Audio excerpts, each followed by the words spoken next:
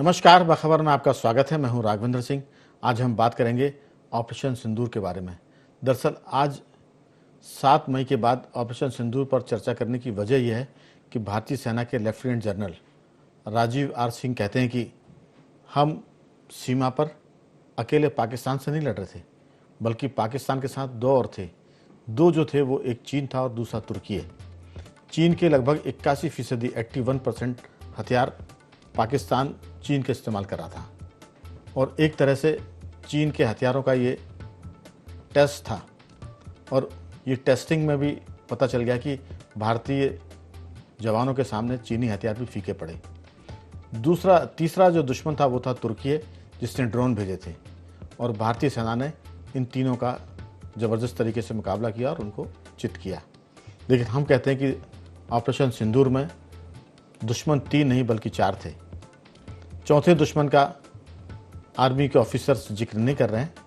वो चौथा दुश्मन है देश के भीतर वो लोग जो चीन और पाकिस्तान की हिमायत करते हैं और देश की जनता और देश की सेना का मॉरल डाउन करते हैं। आज इसी पर विस्तार से बातचीत करेंगे। चर्चा शुरू करें उसके पहले सुन लेते हैं लेफ्टिनेंट जनरल साहब ने क्या कहा था और फिर करेंगे चर्चा की शुरुआत। Another important thing during Op Sindoor was air defense and how it panned out. So it is good, bad. We could do a lot. Mr. Ashok did talk about it that some of our indigenous systems performed well, some did not perform very well too.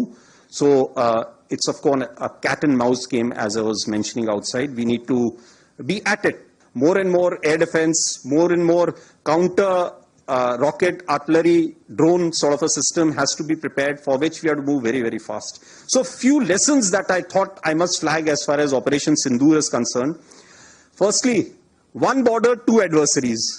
So we saw Pakistan one side, but adversaries were two, and if I would say actually 4 or 3 actually.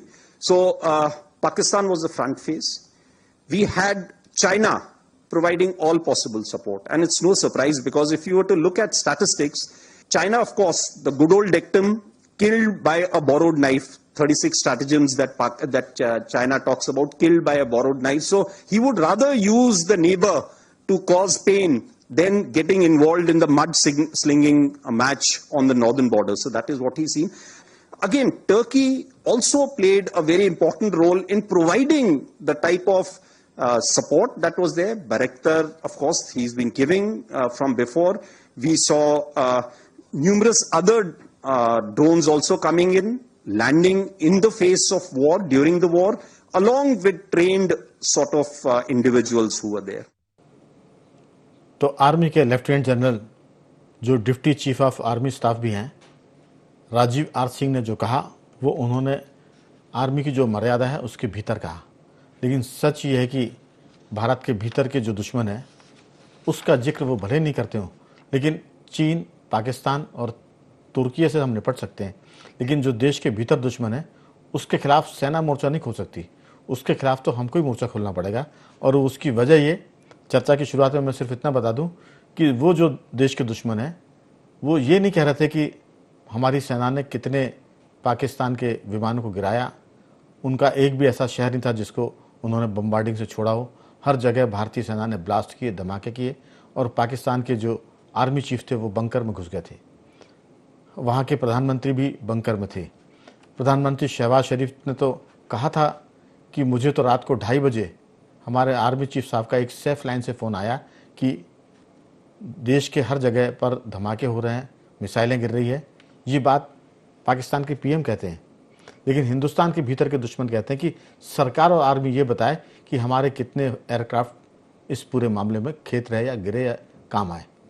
सवाल ये नहीं कि आप क्या पूछ रहे हैं, सवाल है कि आपके सवालों से दुश्मन देशों को कितनी ताकत मिल रही है।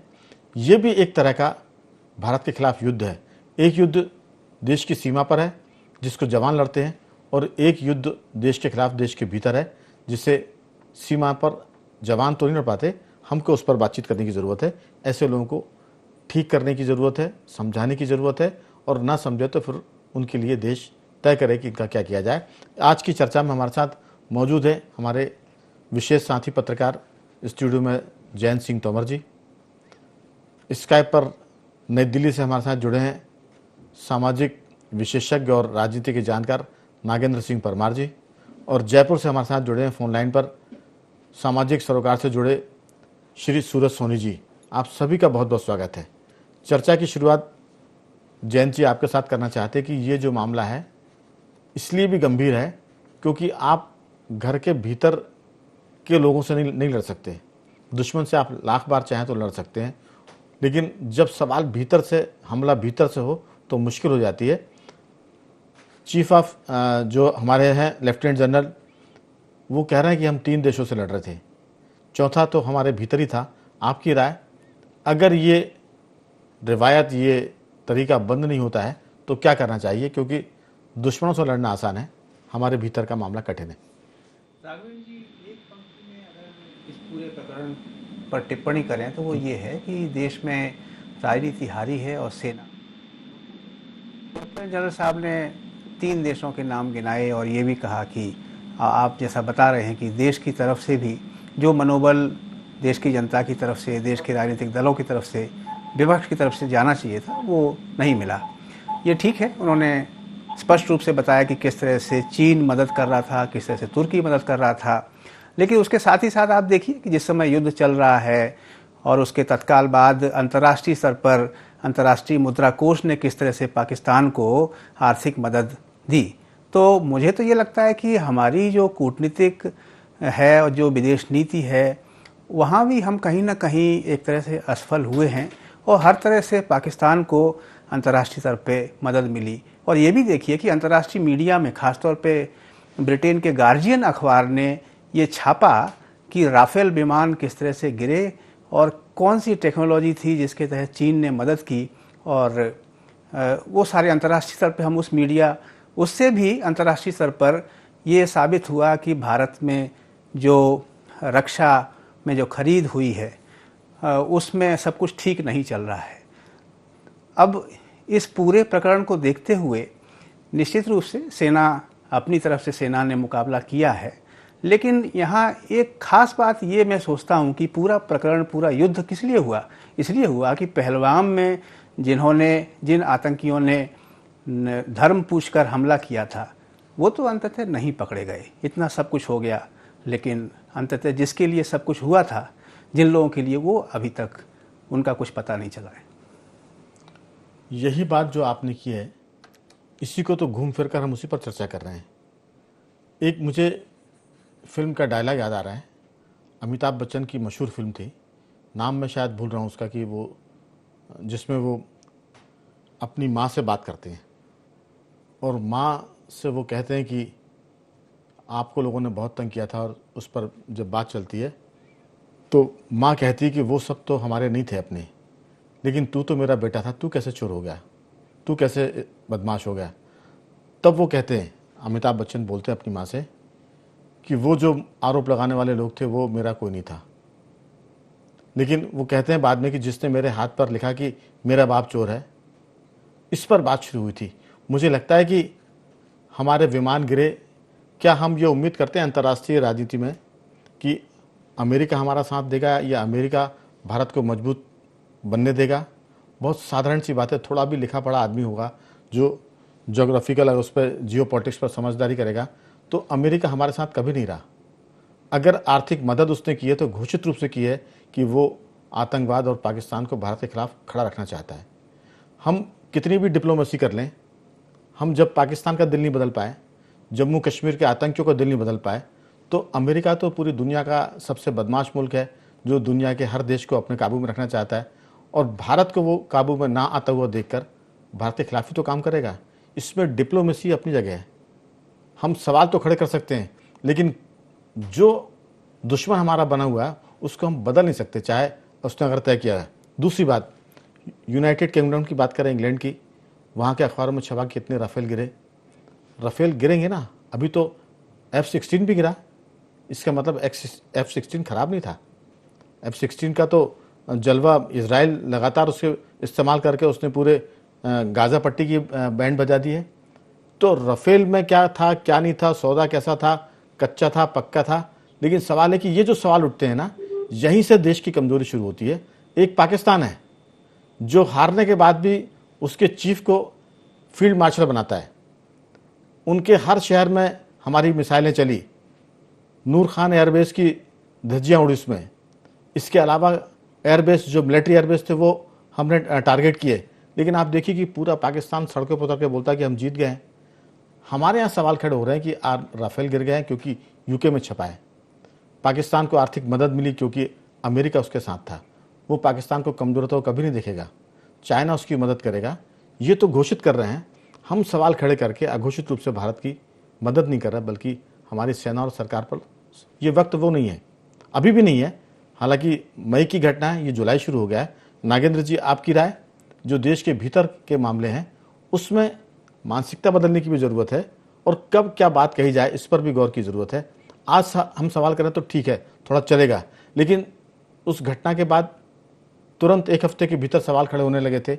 ये बताता है कि आपकी जो नीयत है उसमें गड़बड़ी है। कैसे सोचते हैं आप नागेंद्र जी? जी राघवेंद्र जी, आपने बिल्कुल वाजिब सवाल ये उठाया है।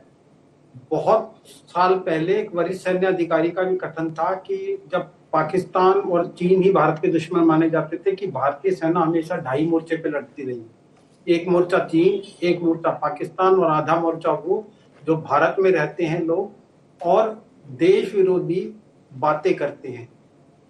और अब बदलते परिप्रेक्ष्य में देखिए ये बहुत महत्वपूर्ण हो जाता है, क्योंकि एक किसी भी तरह की लड़ाई, अब लड़ाई सिर्फ सैन्य मोर्चों की नहीं बची है, लड़ाई अब आर्थिक मोर्चे की भी है दुनिया में। और अब दुनिया अनेक ध्रुवों में बटी हुई है। कोई देश किसी का स्थायी दोस्त नहीं है, कोई एक देश किसी देश का स्थायी दुश्मन नहीं है। भारत पाकिस्तान जैसे और भारत चीन जैसों को देशों को छोड़ के। ऐसे में ये परसेप्शन बनना कि देश के अंदर के लोग, कुछ राजनीतिक दल ऐसे संवेदनशील मुद्दों पे और ऐसे मुश्किल वक्त में जब देश विरोधी बातें करते हैं, देश के खिलाफ की बातें करते हैं, तो वो देश की ना सिर्फ इमेज को, ना सिर्फ देश के मोरल को डाउन करते हैं, बाकी दुनिया के आगे पूरी दुनिया में एक अलग तरह का प्रशासन देश के लिए रखना जानते हैं। क्योंकि मैं एक सैन्य परिवार से आता हूँ तो मैं जानता हूँ कि मेरे जो पिता है, दादा है, सेना में रहे, तो वो बताते रहे हैं कि एक सैनिक के लिए मोरल बहुत बड़ा शब्द होता है, सेना के लिए मोरल बहुत बड़ा शब्द होता है। और मोरल वो किसी भी हालत में डाउन नहीं होने देते हैं। परिस्थितियां विषम और सम हो सकती हैं।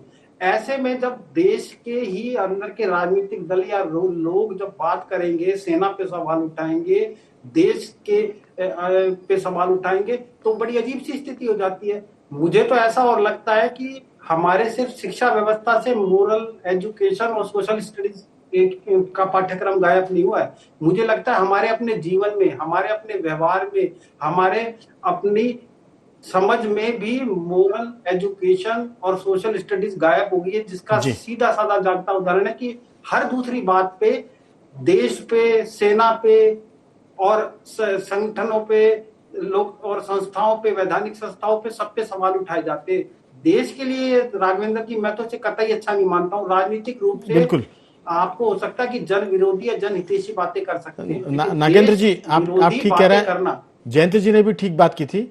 मैं आप दोनों की बात से सहमत हूँ, लेकिन मेरा मानना यह कि सहमति असहमति सियासत में हो सकती है, लेकिन जब झगड़ा बाहर से हो तो फिर उसमें एक ही बात होती कि हम देश के भीतर एक हैं, सवाल जवाब बाद में करिए जाएंगे। अभी की ताज़ा बात है, यूनाइटेड किंगडम यानी ब्रिटिशर्स का F-35 केरल में उतरा, उसको लेकर विवाद है।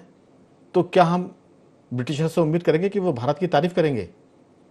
वहाँ वो जासूसी के लिए आया था, किस बात के लिए आया था, इसकी जांच हो रही है। उसमें कितना झमेला हुआ कि उन्होंने कहा कि उस विमान के पास कोई आएगा नहीं, उसको हैंगर में भी खड़ा नहीं करेंगे, उसको ढक भी नहीं सकते, हिंदुस्तानी कोई आदमी उसके निकट नहीं पहुँचेगा, उसके पायलट ही वहाँ बैठे रहे। तो ये जो नाटो की हम बात करें, दुनिया दो हिस्सों में बट रही धीरे धीरे। अमेरिका कभी नहीं चाहता, आप देखिए कि जो हमारा तेजस एयरक्राफ्ट है उसके इंजन के लिए उसने देर लगा दी, जहाँ वहाँ की जो कंपनी है। तो हम ये उम्मीद करें कि हमारी विदेश नीति ऐसी होगी कि हम दुश्मन को दोस्त बना लें, लेकिन पाकिस्तान, अमेरिका और चीन, इनको दुश्मन अगर ये हैं तो दोस्त इनका बनना बहुत कठिन है, असंभव सा है। इनकी दुश्मनी के चलते आपको आगे बढ़ना है, कैसे आप रास्ता निकालते हैं, और वो हर सरकार करती है। आप देखिए कि इंदिरा जी की सरकार ने किया, बाद की सरकारों ने भी इसको किया, उसके पहले ज़रूर नेहरू जी चाइना की तरफ थे और चाइना ने धोखा दिया। तो ये बहुत सारी बातें, लेकिन सवाल ये है कि आपकी हम जो बात कर रहे हैं कि हौसलों से सेना जीतती है, अगर सेना के हौसले कमज़ोर पड़ जाएं तो फिर संकट आता है, और वो संकट फिर हम सब पर आएगा। सूरज जी, आप राजस्थान से हैं। राजस्थान तो रणबांकुरा का राज्य है, वहाँ से हिंदुस्तान की आर्मी में सर्वाधिक लोग जाते हैं। हम राजस्थान की बात करें, हरियाणा की बात करें, पंजाब की बात करें, तो आपका क्या कहना है? देश के 3 दुश्मन नहीं थे युद्ध के समय, इस ऑपरेशन सिंदूर में 4 दुश्मन थे जो घर के भीतर है, उनसे बड़ा मुश्किल है। देखिए राघवेंद्र जी, राजीव सिंह जी ने 3 दुश्मनों की बात की है, वो बिल्कुल ठीक है, वो लग भी रहा था। और वो निरंतर आप भी देखिए कि चाइना ने भी एक ऑपरेशन सिंदूर के दौरान पाकिस्तान बॉर्डर पे अपनी जो है टेस्टिंग लैब बना दिया 4 शहरों की, और तुर्की के जो ड्रोन थे वो लगातार थे। उसके साथ में भी संभावना ये भी है कि इनके जो बाहरी सेना के भी लोग थे वो उनके साथ थे। इन सब से आर्मी ने निपट लिया, लेकिन जो चौथे दुश्मन की बात हो रही है वो बहुत गंभीर मुद्दा है। और वो मुद्दा इसलिए उसकी गंभीरता बढ़ जाती है कि आप ये देखिए कि मेरे पिताजी आर्मी में थे, और आर्मी के दौरान जब वो स्पोर्ट्स टीम में खेलते थे मैच, तो मुझे अच्छे से याद है, हम छोटे छोटे बच्चे थे और गाड़ियों में थ्रीटर में और बैठ के जाते थे और उनकी क्लैप करते थे मैच के दौरान। पूरी यूनिट के जो लोग थे उनकी फैमिली जाती थी वहाँ पे जब मैच होते थे, तो रेजिमेंट टू रेजिमेंट, और वो उस क्लैप से उनकी हौसला अफजाई होती थी। तो अभी जो नागेंद्र जी ने कहा बहुत बड़ी बात है, आर्मी के अंदर जो हौसला अफजाई होती है वो बहुत होती है। क्रिकेट में आप देखिए 11 खिलाड़ी खेलते हैं, लेकिन आप पूरा देश बैठ के चाहे टीवी में, मैदान के अंदर हजारों की संख्या में उनके लिए वोटिंग होती है, क्राउडिंग होती है, क्लैपिंग होती है, तो एक हौसला अफजाई होती है पूरी टीम के साथ। तो क्रिकेट का खेल है, चाहे वॉलीबॉल का खेल है, खेल होते हैं, लेकिन जब खेल गोलियों का हो रहा हो और सीने पे गोली आ रही हो, बम आ रहे हो, तो ऐसे में पूरे देश की नैतिक जिम्मेदारी बनती है कि पार्टी पॉलिटिक्स से, विचारधारा से उठ करके और देश की सेना के साथ भी सच्चे तरीके से सरकार को टारगेट करने के अनेकों मुद्दे होते हैं, उसमें कम कमजोर रहते हैं। और जब लड़ाई इस स्तर पे आ रही हो कि पूरा जो है विश्व के पटल पे छाया हो, और ऐसे के अंदर आप शत्रुओं के साथ में खड़े हो, आपको गोली नहीं चलानी, आपको बंदूक नहीं चलानी, आपको मोटार नहीं चलानी, लेकिन आपको जो माहौल होता है उसको क्रिएट करना होता है और उसमें देश का साथ देना होता है। वहां पे आप असफल होते हैं, उल्टा ये अटैक करते हैं कि आपके बताइए कितने विमान गिर गए, आप बताइए आपकी कहाँ पिटाई होगी। तो इस तरह के पर्सन में ऐसे समय में खड़े करना, मैं समझता हूँ कि देश के उन शत्रुओं का साथ देना है जो माहौल ये बना रहे हैं। आप भी देखिए लड़ाई हो गई, सबको पता है, हमने जो अटैक किए वहां पे वो एक चीज के प्रूफ दिए, मैं लौटता हूँ आपके पास। प्रूफ देकर के आए, जी, मैं लौटता और ये हूँ। जो बातें की जा रही है ना, अगले दौर की बातचीत में जरूर आप बताइए। हम इसी पर बात कर रहे हैं कि गुरु गोविंद सिंह ने कहा था 1.25 लाख से 1 लड़ाऊं। हौसले जब थे तो आप देखिए कि ये वो था जज्बा। हम सारागढ़ युद्ध की बात करते हैं कि हमारे 20-21 सिख जवान थे जिन्होंने 10,000 अफगानियों को रोके रखा और उनसे युद्ध लड़ा। तो सवाल ये नहीं है कि फौज कैसे लड़ रही है, सवाल है कि हम भीतर से कितने एक हैं। प्रश्न खड़े करने के बहुत सारे मौके आते हैं, लेकिन उस नाजुक दौर में अगर आप सवाल खड़े करेंगे, यही वजह है कि पाकिस्तान ने अपनी बहुत सारी बातचीत में हमारे देश को कई नेताओं के उन सवालों का, उन बयानों का जिक्र किया है जो भारत के खिलाफ है। एक पाकिस्तान है, हास्यास्पद लगता है कि पिटाई होने के बाद भी हारे हुए जनरल का प्रमोशन हो रहा है। अब अमेरिका जैसा देश उस हारे हुए जनरल को बुला के अपने साथ वहाँ का राष्ट्रपति डिनर दे रहा है, उस देश के राष्ट्रपति और प्रधानमंत्री को वो नहीं बुला रहा है। तो ये जब इस लेवल पर अमेरिका डिप्लोमेसी कर रहा हो तो हिंदुस्तान उसका दिल जीतेगा, ये कल्पना हम कर सकते हैं, लेकिन ये पूरी कभी नहीं हो सकती। इतिहास में देख लीजिए, आज़ाद भारत में कब अमेरिका ने हिंदुस्तान का साथ दिया, कब चाइना ने हिंदुस्तान का साथ दिया। अंग्रेज तो हमारा बंटवारा करके गए थे इसलिए कि हम जिंदगी भर लड़ते रहें। तो हम यूएस, यूके और चाइना से अगर उम्मीद करें कि वो भारत के लिए कुछ ऐसी बात करेंगे जिससे भारत को मजबूती मिले, ये तो ठीक है, लेकिन हिंदुस्तान के भीतर से जब सवाल होते हैं तो लगता है कि क्या हम भी चीन, पाकिस्तान, अमेरिका और ब्रिटेन की तरह हैं? आपकी राय? क्योंकि जब 1971 का युद्ध हुआ था तो अमेरिका के सेवर जेट विमान पाकिस्तान के पास हुआ करते थे। हिंदुस्तान का जो फाइटर प्लेन था, मुझे बहुत छोटे थे उस वक्त, हंटर नाम का विमान था जो डॉग फाइट में सेवर जेट को भी टक्कर देता था। तो हौसले की और चतुराई की बात है। रूस की S-400 जब हमने चलाई तो 100% उसके टारगेट सक्सेस हुए। उसी 400 को जब रूस चलाता था यूक्रेन पर तो कई बार उसकी पिटाई हुई। तो भारतीय सेना का जज्बा, उसकी समझदारी, उसकी निपुणता और बहादुरी पूरी दुनिया में काबिल तारीफ है। मुझे लगता है कि इस पर ध्यान देने की ज़रूरत है। सवाल जवाब तो होते रहेंगे। आपकी राय? राघवेंद्र जी, आपकी बात के समर्थन में मुझे जापान का एक प्रसंग याद आता है कि किसी जापानी से पूछा गया कि आपका तो बौद्ध धर्म है, भगवान बुद्ध को मानते हैं जी। और अगर भगवान बुद्ध खुद अगर आक्रमण करें जापान पे तो क्या करेंगे? तो उस जापानी बालक ने कहा कि मैं तलवार लेकर खड़ा हो जाऊंगा। तो देश की जो एकजुटता है, भारत की जो एकजुटता है, तो निश्चित रूप से रहनी चाहिए। और भारतीय लोग परंपरागत रूप से युद्ध में हमेशा उन्होंने महत्वपूर्ण भूमिका निभाई है, चाहे वो प्रथम विश्व युद्ध हो या फिर द्वितीय विश्व युद्ध हो। आप अगर पूरा आंकड़ा उठा के देखेंगे तो वो चौंकाने वाला है। भिंड, मुरैना, ग्वालियर के तमाम गाँव में प्रथम विश्व युद्ध के पत्थर मिल जाएंगे जहाँ लिखा हुआ है कि इस गाँव से इतने जवान गए थे और वहाँ शहीद हुए थे, यूरोप में, अफ्रीका में। लेकिन अब जो युद्ध है वो पूरी तरह से बदल चुका है। अब परंपरागत युद्ध नहीं है। और सबसे बड़ी बात यह है कि ये युद्ध घोषित युद्ध तो था ही नहीं, अघोषित युद्ध कहें या रक्षात्मक कार्रवाई थी। लेकिन युद्ध की पूरी भूमिका बदल गई है और परंपरागत युद्ध के बजाय अब टेक्नोलॉजी बहुत महत्वपूर्ण चीज़ हो चुकी है और उस दिशा में हम सबको सोचने की भी आवश्यकता है। बिल्कुल जी। असल में जो आतंकवाद है, पाकिस्तान को लग गया 71 के बाद कि हम भारत से सीधे युद्ध में कभी नहीं जीत सकते, तो उसने प्रॉक्सी वार शुरू किया, आतंकवाद। इसी को, ये भी युद्ध है, आतंकवाद से लड़ना भी, आतंकवाद भी युद्ध है पाकिस्तान का। उस आतंकवाद की घटना पर भारत ने जो जवाब दिया 3 दिन, वो भी अघोषित युद्ध था। हमारा मानना सिर्फ इसमें यही है कि अगर सारी टेक्नोलॉजी दुश्मनों के पास है, हमारे पास सिर्फ हौसला है, उसी को अगर हम तोड़ेंगे तो कैसे काम चलेगा। अब तो भारत पूरी दुनिया में हथियार की होड़ में भी शामिल हो गया है। हम खुद अपने यहाँ कोशिश कर रहे हैं, लेकिन दुश्मन तो खींच ही रहे हाथ पैर। देश के भीतर के लोग, ये ज़्यादा खतरनाक है। मुझे लगता है कि अगर किसी की आप मदद नहीं कर सकते तो कम से कम उसकी टांग न खींचे, ये भी एक किस्म की मदद होती है। नागेंद्र जी, आपकी बहुत छोटी सी टिप्पणी, जो हमारे lieutenant general deputy chief of army ने कहा है कि 3 देश थे, उनकी मैंने शुरुआत में कहा था कि उनकी ये मर्यादा है, वो चौथे दुश्मन का नाम नहीं ले सकते, लेकिन चौथे दुश्मन जो है पूरे देश में छाए हुए हैं, उनको भी समझाने की, सुधारने की ज़रूरत है। जो इसको मैं दोहरा रहा हूँ इस बात को। आपकी राय बहुत छोटी सी। हमारे अंदर देश में जो एक मोर्चा देश के खिलाफ खुला रहता है, उसके बारे में वो एक शेर याद आता है कि मुझे तो अपनों ने लूटा, गैरों में कहाँ दम था। मुझे तो अपनों ने लूटा, गैरों में कहाँ दम था, मेरी कश्ती वहां डूबी जहां पानी कम था। हालांकि इस देश की मिट्टी में एक खास बात है कि जिससे कुछ बात है कि हस्ती मिटती नहीं हमारी, सदियों रहा है दुश्मन दौरे जहां हूं। बिल्कुल आप ठीक कह रहे हैं, लेकिन सवाल यही है कि ये जो भीतर के लोग हैं, ये जागते हुए सो रहे हैं, इनको हम समझा नहीं सकते, क्योंकि ये जानबूझ कैसे सवाल किए जा रहे हैं। चाहे हम जो भी सर्जिकल स्ट्राइक की बात हुई हो, तब भी इसी तरह के सवाल आए थे।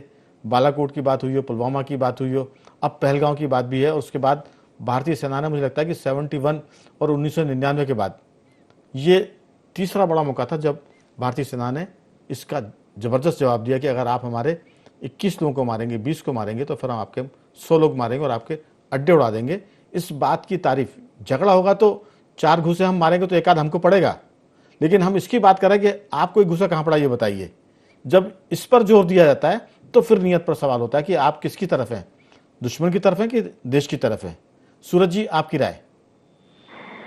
क्योंकि मैंने पहले भी कहा था कि आज स्थितियां ये है कि भारत उस समय लोगों की मेहरबानी पे जिंदा थे। हम जो है विकासशील देश थे और अमेरिका पे डिपेंड थे या रूस पे डिपेंड थे या चाइना पे डिपेंड थे। आज जो हालात बदले हुए, बदलते हालात में भारत अपने पैरों पे खड़ा है। न सिर्फ आत्मनिर्भरता हर आर्थिक क्षेत्र में, बल्कि हथियारों के क्षेत्र में भी। हम जब से हथियार अपने बनाने लगे हैं तो अमेरिका की आंखों में हम खटकने लगे हैं। उसके परिणाम स्वरूप चाहे CIA ने बांग्लादेश के अंदर सत्ता पलट कराए हो, उसके बाद में पूरे दुनिया में अस्थिरता चाहता है। देखिए, प्रथम और द्वितीय विश्व में हमने देखा है कि अमेरिका ने अपने हथियारों की जो दाग थी उसको बढ़ाया, राघवेंद्र जी। और एटम बम जो उन्होंने नागासाकी और हिरोशिमा में डाला था, वो केवल इसीलिए कि अमेरिका के जो हथियार है वो पूरे विश्व स्तर पे जाए।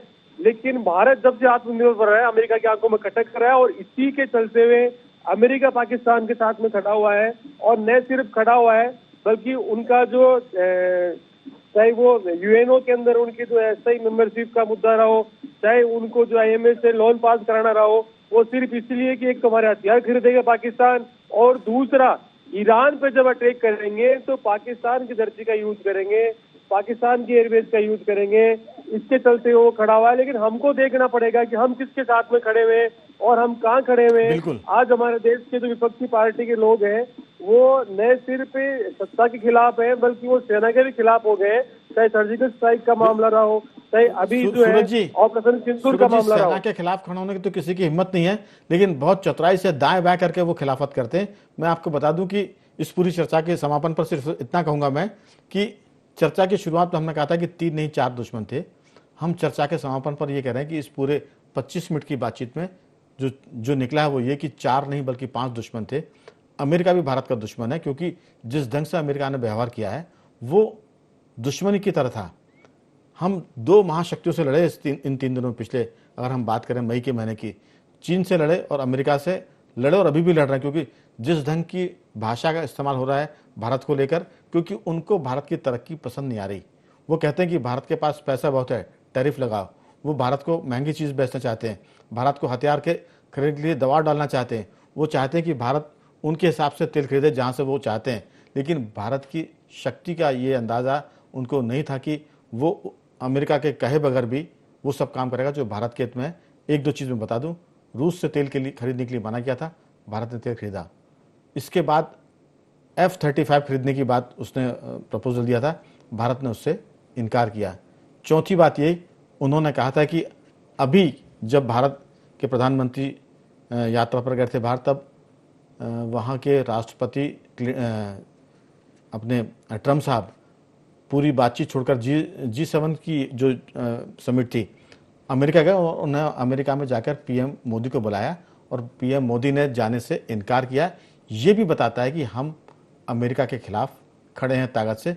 वो दुनिया की महाशक्ति है, दूसरी महाशक्ति के खिलाफ खड़े हैं चीन, और फिर पाकिस्तान तो है ही, और टर्की की हम बात करें तो ये बड़ा मामला। लेकिन हमारा कहना यह कि दुश्मन 3 नहीं बल्कि 5 थे। अमेरिका को भी इसमें शामिल करना पड़ेगा, जो बहुत ही डिप्लोमेटिक तरीके से भारत को हिट कर रहा है। तो आज की चर्चा को हम यही रोक रहे हैं। तीनों मेहमानों का मैं धन्यवाद करूंगा।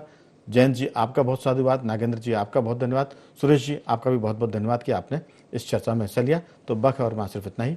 बने रहिए हमारे साथ और देखते रहिए IND24।